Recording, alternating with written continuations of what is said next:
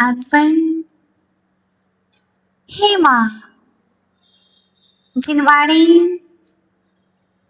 तेरी जय हो, सदा विजय हो। तेरे विशाल पद में श्रुत सूर्य का उदय हो, श्रुत ब्रह्म का उदय हो, श्रुत पुत्र का उदय हो। प्रिय आत्मन, आचार्य भगवान अमित गति स्वामी जी सामायिक पाठ जैसे महान स्तोत्र में कहते हैं कि इसका एक श्लोक भी हमारे जीवन में आ जाता है, एक श्लोक भी हमारे जीवन में आ जाता है, क्योंकि बात सत्य है कि श्लोक जीव पर मात्र ना हो, जीव के अंदर भी हो। जिनवाणी मात्र हमारे जीव पर ही ना हो, हमारे जीव में भी हो। किसमें हो? जीव में भी हो, क्योंकि जीव तो यहीं रह जाएगी, लेकिन जीव हमारा साथ जाएगा। जीव साथ जाता है। जीव कहो, आत्मा कहो, ज्ञाता कहो, दृष्टा कहो, चेतना कहो, ये सभी एकार्थवाची हैं। तो उसी आत्मा को आत्मा में लीन कराने के लिए आचार्य भगवान ने कहा कि एक श्लोक में इतनी ताकत है कि वह इस श्लोक से उस श्लोक में पहुंचा सकता है। कितनी ताकत है? एक श्लोक भी इसका इतना प्रभावशाली है कि इसमें इतनी ताकत है कि वह इस श्लोक से उस श्लोक में पहुंचा सकता है। और मुझे कहीं जाने मिले या ना मिले, मुझे तो अंतरलोक में जाना है, निज लोक में जाना है। और जो निज लोक में जाता है वही जिन लोक में पहुंचता है। जिन लोक में पहुंचने के लिए, जिन लोक में पहुंचने के लिए निज लोक में आना पड़ता है। निज लोक में आए बिना आज तक कोई जिन बना नहीं है। और जिन बनने के लिए निज को ध्यान करना पड़ता है, निज का ध्यान करना पड़ता है, पर का परित्याग करना होता है।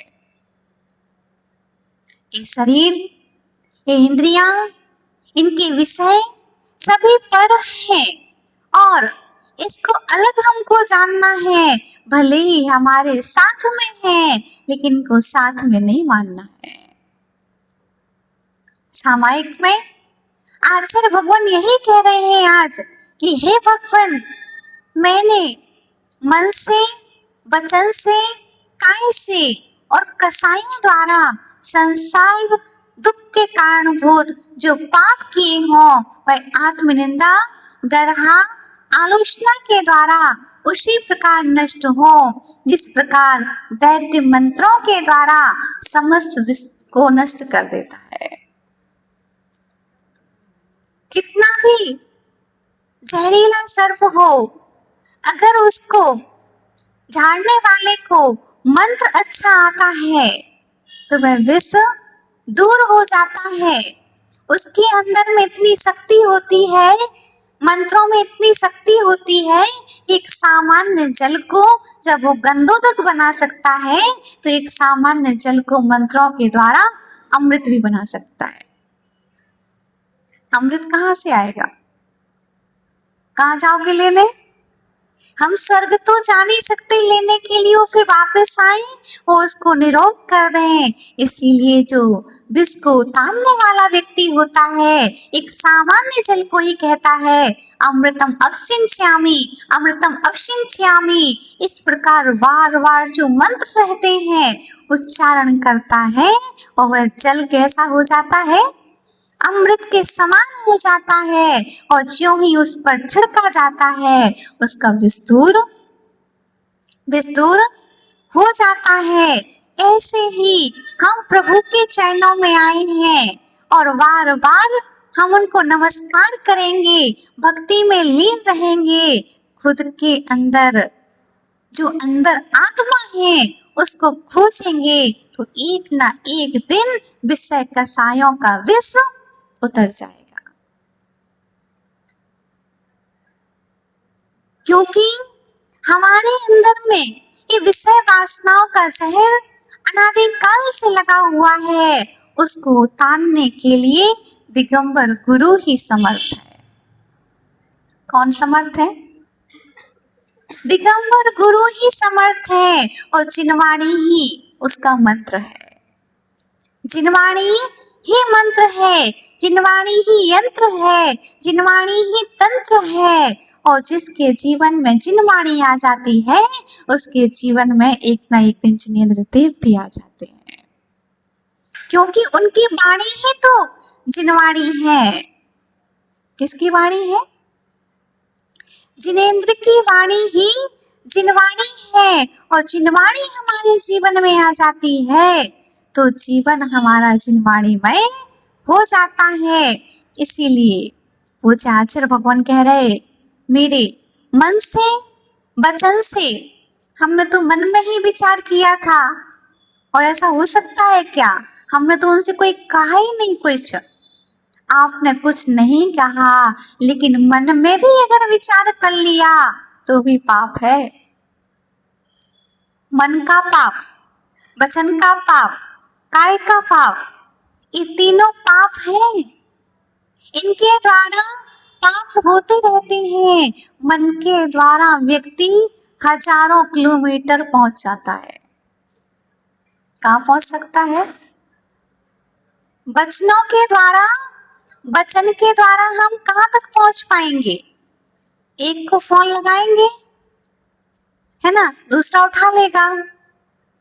मान लीजिए यहाँ से आपने फोन लगाया, अमेरिका में फोन लगा लिया, वहां तक आप लगा सकते हो, लेकिन सुमेरु पर्वत पर जाना है तो फोन से थोड़ी ना जाओगे, मोबाइल से थोड़ी ना जाओगे, वहां तो मन का नेटवर्क जाएगा, आप पहुंच जाओगे।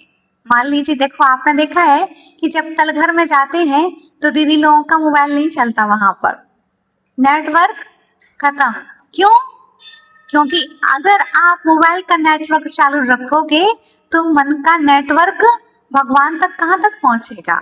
इसलिए मंदिर में प्रवेश करते ही मोबाइल का नेटवर्क आना बंद हो जाता है कि अब आपको मन का नेटवर्क भगवान से जोड़ना है, क्योंकि मन सहित व्यक्ति ही अपना कल्याण कर सकता है। मन रहित क्या करेगा? मन मरकट की तरह है, वह चंचल भी है, लेकिन मन नहीं होगा तो कल्याण भी नहीं होगा। दोनों आवश्यक है। मन नहीं होगा तो भी कल्याण नहीं होगा, और मन होगा तभी कल्याण होगा। मन चाहिए, मतलब संगी पंचेंद्रिय पर्याय चाहिए, उसमें ही हम हित और अहित का विचार कर सकते हैं। संगी जीव ही विचार कर सकता है, क्या हित है, क्या अहित है, क्या ग्रहण करने योग्य है, क्या छोड़ने योग्य है, क्या गेय है, क्या हेय है, क्या ग्रहण करने योग्य है। क्या उपादेयम, किम उपादेयम, हमारे लिए क्या उपादेय है? तो आचार्य भगवान कहते हैं ये जो जिनवाणी है वह हमारे लिए उपादेय है। हमारे लिए इस जीवन में जिनवाणी मिली है तो समझ लेना कि जिनेंद्र भगवान की वाणी मिली है, और वाणी में इतना प्रभाव है कि वह हमारे लिए निगोद से उठा करके सीधे सीधे समोर शरण में बिठाने की ताकत रखती है। कौन रखती है? जिनवाणी में इतनी ताकत है, इतनी ताकत है कि एक निगोद या जीव को भी वह समोर शरण में बिठाने की ताकत रखती है।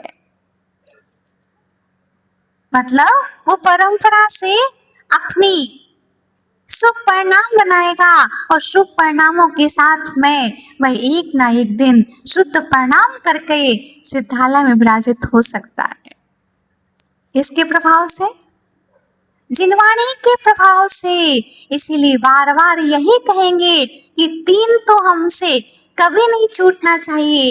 एक देव नहीं छूटना चाहिए, एक शास्त्र नहीं छूटना चाहिए और एक हमसे गुरु नहीं छूटना चाहिए। तो एक बार बोल दो, जहां मेरे देव, जहां मेरे देव, बोलो ना, वहां मैं। जहां मेरे शास्त्र, वहां मैं। जहां मेरे गुरु, वहां मैं। इतने तीन ही अपन ने पॉइंट याद कर लिए तो हमारा कल्याण हो सकता है, क्योंकि बिना देव शास्त्र गुरु के हमारा कल्याण नहीं होगा। और मान लीजिए जंगल है, आपको शास्त्र नहीं मिल रहे, भगवान नहीं मिल रहे, अकेले गुरु मिल गए, तो क्या होगा? उससे भी हमारा कल्याण हो जाएगा, क्योंकि मुनि मुद्रा ही भगवान की मुद्रा है। उनके हृदय में जो है वह जिनवाणी ही तो है, शास्त्र ही तो है। इसीलिए गुरु के मिलने पर देव शास्त्र गुरु हमको स्वयं मिल जाते हैं। कौन मिल जाते हैं? गुरु के मिलने पर हमारे लिए देव शास्त्र गुरु तीनों मिल जाते हैं। इसीलिए पूज्य आचार्य भगवान कह रहे हैं, हे जिनेंद्र देव, ग्रहण किए चारित्र के पालने में जो हमसे प्रमाद हुआ हो, जो अतिक्रम, प्रतिक्रम, अतिचार, अनाचार आदि दोष लगे हों, तब वह प्रतिक्रमण से शुद्ध हो। कैसे हो शुद्ध? प्रतिक्रमण से, क्योंकि तन का स्नान तो हमने जल से कर दिया, तन की शुद्धि तो हमने जल से कर दी, लेकिन मन की शुद्धि के लिए जिनवाणी चाहिए, मन की शुद्धि के लिए प्रतिक्रमण चाहिए। इसलिए चाहे साधु हो अथवा श्रावक हो, दोनों को प्रतिक्रमण अनिवार्य है। आप बोलते हो, बोले ले लो पुण्य कमा लो, ये पंडित लोग बोलेंगे, आप नहीं, है ना? पंडित लोग बोलेंगे, संगीतकार बोलेंगे, बोली ले लो पुण्य कमा लो, ये वो बोलेंगे। लेकिन हमारे अमित गति आचार्य भगवान कहेंगे कि शुभ परिणाम बना लो, पुण्य कमा लो। क्या बोलेंगे? शुभ परिणाम बना लो, पुण्य कमा लो, और अशुभ परिणाम बना लो, पाप कमा लो। शुभ परिणामो पुण्यम, अशुभ परिणामो पापम। पुण्य क्या है और पाप क्या है? कोई कहता है कि हम पुण्य के लिए क्या करें, तो उनके लिए यही है कि शुभ परिणाम बना लो, पुण्य कमा लो। अशुभ परिणाम बनाओगे तो पाप हो जाएगा। मात्र बोली लेने से पुण्य नहीं होता, बोली ना लेने से पाप नहीं होता। हमारे शुभ परिणाम हमें शुभ गति ले जाते हैं, और हमारे अशुभ परिणाम कौन ले जाता है? हैं? रावण को राम ने भेजा कि लक्ष्मण ने नीचे भेजा? हैं? हम किसी को गड्ढे में तो गिरा सकते हैं धक्का देके, लेकिन नरक में नहीं गिरा सकते। बोलो भैया, कोई हमारे लिए धक्का दे करके हमें गड्ढे में डाल सकता है, कुएं में भी डाल सकता है, लेकिन अगर हमारे परिणामों के अंदर क्षमता है, हमारे अंदर विशुद्धि है, हमारे अंदर ज्ञान है, तो हम कहाँ उस गड्ढे में से भी प्राण त्याग करके, समाधि करके सिद्धालय पहुंच सकते हैं। इसीलिए उपसर्ग करने वाला भी महान है, उपसर्ग करने वाला भी महान है। अगर पारसनाथ भगवान के ऊपर इतने उपसर्ग नहीं होते तो आज इतनी ख्याति उनकी नहीं होती। राम की ख्याति किसने बढ़ाई बताओ? रावण ने। और पारसनाथ की? कमठ नहीं। इसीलिए अगर हमारी कोई बुराई कर रहा है ना दीदी, अगर हमारी कोई बुराई कर रहा है तो समझ लो कि वो हमारी ख्याति बढ़ा रहा, हमारी ख्याति बढ़ा रहा है। उसको दुश्मन मानने की आवश्यकता नहीं है। उपसर्ग करने वाला भी महान है, उपसर्ग सहने वाला भगवान है। क्या है सूत्र? उपसर्ग करने वाला महान है और उपसर्ग को सहने वाला भगवान है। आपको क्या बनना है? जल्दी बताओ, महान बनना है कि भगवान बनना है? महान बनना कि भगवान बनना? हमको भगवान बनना है, हमको भगवान बनना है। तो कोई हमारे पर अपशब्दों का उपसर्ग करे, किसका? माता जी ये क्या बोल रहे? हम आपसे तुरंत ही बोल रहे हैं। हम कोई हमारे ऊपर अपशब्दों का उपकार करे, अपशब्दों का उपसर्ग करे, तो उस समय हमको क्या मानना है? सहना है। क्या करना है? सहना है। और सहने वाला एक ना एक दिन भगवान बनता है और कहने वाला कहता ही रहता है। जब हाथी चलेगा, हाथी चलेगा, श्वान अपना काम नहीं छोड़ेंगे और हाथी अपना काम नहीं छोड़ेगा। जो करता है उसी से गलतियां होती हैं, और जो करता ही नहीं है कुछ कार्य, उससे गलती भी नहीं होती है। अगर हम एक पेज लिखेंगे तो 10 गलती होंगी, और नहीं लिखेंगे तो कोई गलती नहीं होगी। तो क्या लिखना नहीं चाहिए? लिखना चाहिए। हमको उस गलती से हमारे लिए शिक्षा मिलती है, सुधार मिलता है कि जीवन को कैसे हमको सुधारना है। कोई ऐसा नहीं है कि सुधरा सुधरा आया हो। ध्यान से देख लेना, ध्यान से सुन लेना कि तीर्थंकर भगवान के अतीत से, तीर्थंकर भगवान के भूत से हमारा वर्तमान अच्छा है क्या? हमारे जो तीर्थंकर महावीर को ले लीजिए, उनके भूत से अच्छा हमारा वर्तमान है। कहाँ वो अकौआ के पत्ते में रहे, हम अकौआ नहीं है।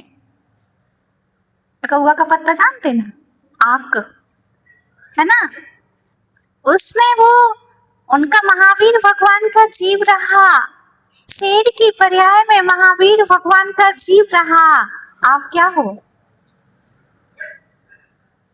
बताओ ना? घर में तो इतना बोलते हैं आप लोग, यहाँ क्यों नहीं बोल रहे?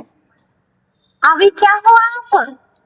मनुष्य हो तो शेर से तो अच्छे ही हो। तो इसीलिए ध्यान रखना कि उनके भूत से अच्छा हमारा वर्तमान है। लेकिन जो वर्तमान को सुधारता है वही एक दिन वर्धमान बनता है, वही वर्तमान बनता है।